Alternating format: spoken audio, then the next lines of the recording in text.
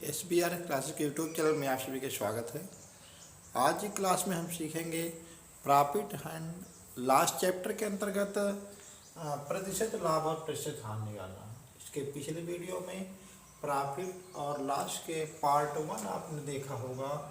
Part 1 में आपको हम क्रय मूल्य और विक्रय मूल्य आदि चीज़ों को बता चुके हैं। इसको आपने देख लिया होगा, नहीं देखे हों तो लिंक हम इसी के आई बटन में दे देंगे, आप उसे देख सकते हैं। तो आज की वीडियो हम शुरू करते हैं। सर्वप्रथम फटाफट लाइक और शेयर करें, सब चैनल को सब्सक्राइब नहीं किए तो सब्सक्राइब कर लें। ध्यान दें, आज का चैप्टर है प्रतिशत लाभ और प्रतिशत हानि ज्ञात करना। जी हाँ, प्रॉफिट एंड लॉस चैप्टर के अंतर्गत बहुत ही महत्वपूर्ण टॉपिक है प्रतिशत लाभ और प्रतिशत हानि। यहाँ आपके सामने दिख रहा होगा, एक प्रश्न लिखा हुआ है। एक व्यक्ति ने एक साइकिल 1200 रुपये में खरीद कर 1500 रुपये में बेच दी, तो इसका प्रतिशत लाभ ज्ञात कीजिए। जी हाँ, अगर इस टॉपिक का इस प्रकार के सवाल आ जाते हैं तो इसको किस प्रकार हल करते हैं, इस पर हम इसकी विस्तृत चर्चा करते हैं। तो इसे हम स्टार्ट करते हैं। जैसे कि आपके सामने ये लिखा हुआ सवाल, इसमें हम ये देख रहे हैं कि 1200 रुपये आपका खरीद कर, तो 1200 रुपये आपका क्रय मूल्य हो गया। 1500 रुपये में बेच दी तो 1500 रुपये यानी 1500 रुपये आपका सेलिंग प्राइस है, यानी विक्रय मूल्य है। तो यहाँ पर हम लिख लेंगे इसे हमारे प्रश्न में क्रय मूल्य। प्रश्न में आपका क्रय मूल्य दिया हुआ है 1200 रुपये।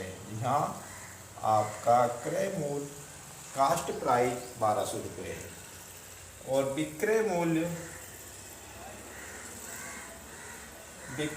आपका इस प्रश्न में दिया हुआ है 1500 रुपये में बेच दिया तो 1500 रुपये आपका सेलिंग प्राइस यानी विक्रय मूल्य हो गया। जी हाँ, आपको हम पिछले वीडियो में बता चुके हैं कि जिस मूल्य पर कोई वस्तु खरीदी जाती है वह मूल्य उस वस्तु का क्रय मूल्य होता है, और जिस मूल्य पर कोई वस्तु को बेची जाती है वह मूल्य उस वस्तु का विक्रय मूल्य होता है, सेलिंग प्राइस होता है। यहाँ आपको पूछ रहा है प्रतिशत लाभ ज्ञात कीजिए। तो प्रतिशत लाभ ज्ञात करने के लिए हमें सबसे पहले लाभ की जानकारी होनी चाहिए। तो हम यहाँ क्रय मूल्य और विक्रय मूल्य हमें पता हो गया है। जब क्रय मूल्य और विक्रय मूल्य पता हो जाता है तो हम उसे लाभ ज्ञात कर सकते हैं। जैसे कि हम देख रहे हैं यहाँ पर विक्रय मूल्य क्रय मूल्य से अधिक है तो आपका लाभ है। कभी कभी होता है, प्रश्न में दे दिया जाता है कि एक व्यक्ति ने एक साइकिल को 1200 रुपये में खरीद कर 1500 रुपये में बेच दिया, इसका प्रतिशत लाभ या हानि ज्ञात कीजिए। तो आपको ये भी पता होना चाहिए कि यहाँ पर लाभ होगा या हानि। तो इसके लिए हम बताते चलें कि क्रय मूल्य विक्रय मूल्य लिख लीजिए।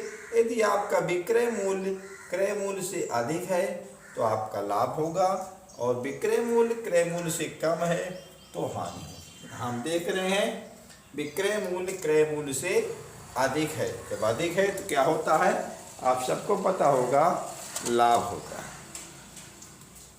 तो यहाँ पर हम लाभ ज्ञात कर लेंगे। पहले लाभ बराबर हमें सबको पता होगा विक्रय मूल्य माइनस क्रय मूल्य। विक्रय मूल्य से क्रय मूल्य को घटा देने से जो मूल्य प्राप्त होता है वो आपका लाभ होता है। यहाँ पर हम विक्रय मूल्य लिखा हुआ है 1500 रुपये और इसमें क्रय मूल्य कितना है 1200 रुपये। इसको हम घटा देंगे तो हमें 300 रुपये लाभ प्राप्त हो जाएगी। जी हाँ, हमें इस प्रश्न में लाभ कितना मिल गया, 300 रुपये लाभ प्राप्त हो गया। अब हम अभी सवाल पूरा नहीं हुआ। सवाल कहता है प्रतिशत लाभ ज्ञात कीजिए। जी हाँ, प्रतिशत लाभ या कभी कभी दे दिया जाता है लाभ का प्रतिशत, दोनों एक ही बात है। तो प्रतिशत लाभ ज्ञात करने के लिए वो भी आप सभी को पता होगा जब प्रतिशत लाभ पूछता है तो प्रतिशत लाभ बराबर आपका सूत्र होता है लाभ गुणे 100 बटे क्रय मूल्य। ये सभी प्रकार के सूत्र पिछले वीडियो में पड़े हुए हैं, आप उसे देख सकते हैं। हम इनकी लिंक आई बटन में दिया गया है, आप वहीं पे देख सकते हैं। तो प्रतिशत लाभ बराबर लाभ गुणे 100 बटे क्रय मूल्य होता है। इस सूत्र पर हम इसको रख देंगे। यहाँ पर हम देख रहे हैं प्रश्न में हम लाभ ज्ञात कर चुके हैं 300, तो 300 गुणे 100।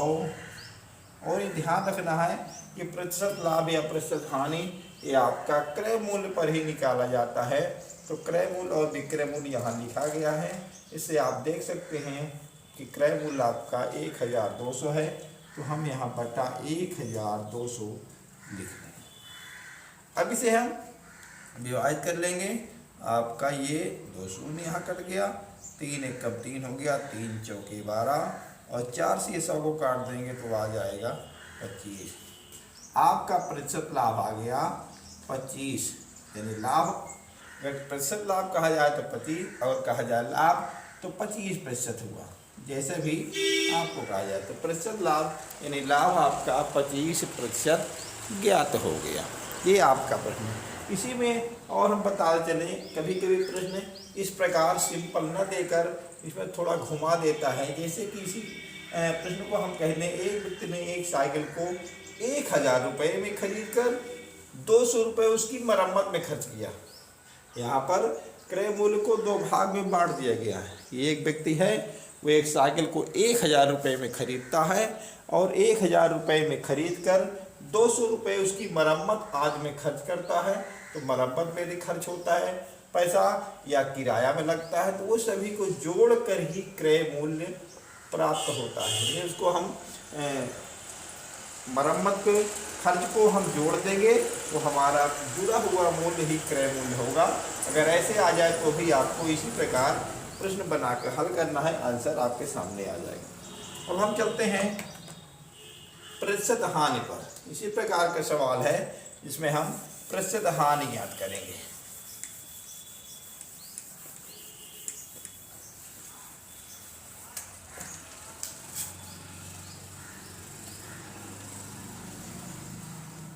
जैसे आपके सामने प्रश्न लिखा हुआ है, इसी में हम थोड़ा बदलाव कर देंगे और आपका बन जाएगा प्रश्न। यहाँ हम क्रय मूल्य और विक्रय मूल्य डिफरेंट कर देंगे और आपको प्रश्न बन जाएगा। तो ये हम प्रश्न बदल कर अब हमें प्रतिशत हानि ज्ञात करनी है। तो प्रतिशत हानि के लिए हम इसी को प्रश्न बदल देंगे। एक साइकिल ही मान के लो, एक व्यक्ति ने एक साइकिल को 4000 रुपये में खरीदा। कितने रुपए में खरीदा? 4000 रुपये में खरीद कर और किसी कारण से उसको हमें 3800 रुपये में बेचना पड़ा। जी हाँ, उस साइकिल को किसी कारण से 3800 रुपये में उसने बेच दिया। तो प्रतिशत हानि बताइए। या मैं बता चुका हूँ, कभी कभी सवाल में प्रतिशत हानि या प्रतिशत लाभ का जिक्र न करके केवल इतना लिख देता है कि प्रतिशत लाभ या हानि याद करें। तो आपको पता होना चाहिए कि इसमें लाभ होगा या हानि होगा। तो इसके लिए सबसे सरलतम उपाय है कि आप क्रय मूल्य और विक्रय मूल्य अलग लिख लेंगे।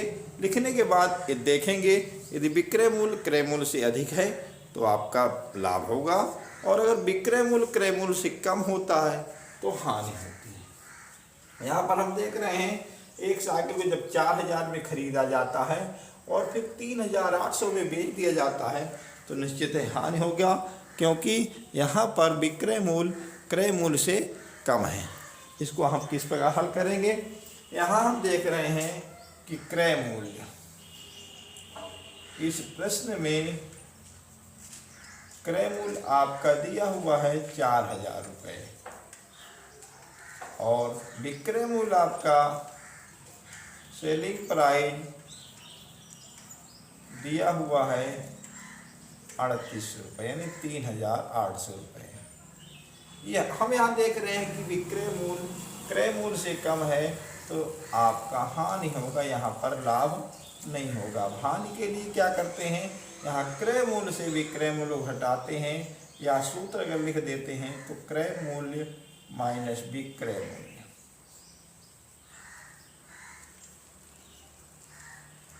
यह आपका लिख गया हानि बराबर क्रय मूल्य ऋण विक्रय मूल्य, या क्रय मूल्य से विक्रय मूल्य घटाने पर हानि प्राप्त होती है, तो यहाँ हम हानि बराबर ही लिख सकते हैं। अब यहाँ हम हानि को ज्ञात कर लेंगे, 4000 से 3800 रुपये को हम घटा देंगे, तो घटाने पर 200 रुपये हमें हानि प्राप्त हो जाएगी। इस प्रश्न में हानि पता हो गई 200 रुपये, यानी उस व्यक्ति को साइकिल खरीदा था 4000 में 3800 में बेचने पर उसे 200 रुपये की हानि हुई, परंतु प्रश्न में कहता है कि हमें 200 रुपये की हानि नहीं चाहिए, हमें प्रतिशत हानि चाहिए या प्रतिशत लाभ चाहिए। तो अब यहाँ आपको प्रतिशत हानि पता होने के लिए प्रतिशत हानि का सूत्र आना चाहिए। प्रतिशत हानि सूत्र हम पिछले वीडियो में बता चुके हैं। प्रतिशत हानि बराबर आपका होता है हानि गुणे 100 बटे क्रय मूल्य। मैं फिर बताऊंगा, जैसे प्रतिशत लाभ या प्रतिशत हानि कुछ भी ज्ञात करना हो तो क्रय मूल्य पर हमेशा ज्ञात की जाती है, इसलिए यहाँ पर सूत्र में भी बटा क्रय मूल्य लिखा हुआ है। यहाँ अब हम इसमें रख देंगे, हानि के स्थान पर हम रखेंगे 200 रुपये गुणे 100 और बटे क्रय मूल्य आपका प्रश्न में है 4000, तो हम 4000 लिख लेंगे। अब इसे फिर कर देंगे, यहाँ पर नीचे 3 शून्य हैं तो हम 3 शून्य को, अब यहाँ 2 दूनी 4 और 2 से ये कर गया 5। यहाँ पर प्रतिशत हानि आ गई आपकी 5। अगर प्रतिशत हानि कहा जाए तो 5, और अगर ऐसे भी लिख सकते हैं इसको, हानि बराबर 5%। ध्यान रखिएगा, हानि बराबर आपकी 5% आ गई, या प्रतिशत हानि पहुँच जाए तो 5 बता देंगे। ये आपको प्रॉफिट एंड लॉस चैप्टर के अंदर प्रतिशत लाभ प्रतिशत हानि निकालना, ये परीक्षाओं में अक्सर पूछ लिया जाता है, जो हम हल नहीं कर पाते हैं या कहीं ना कहीं रुकावट आ जाते हैं। हम चाहेंगे आज वीडियो आपको जो है पसंद आया होगा। Thank you for watching this video.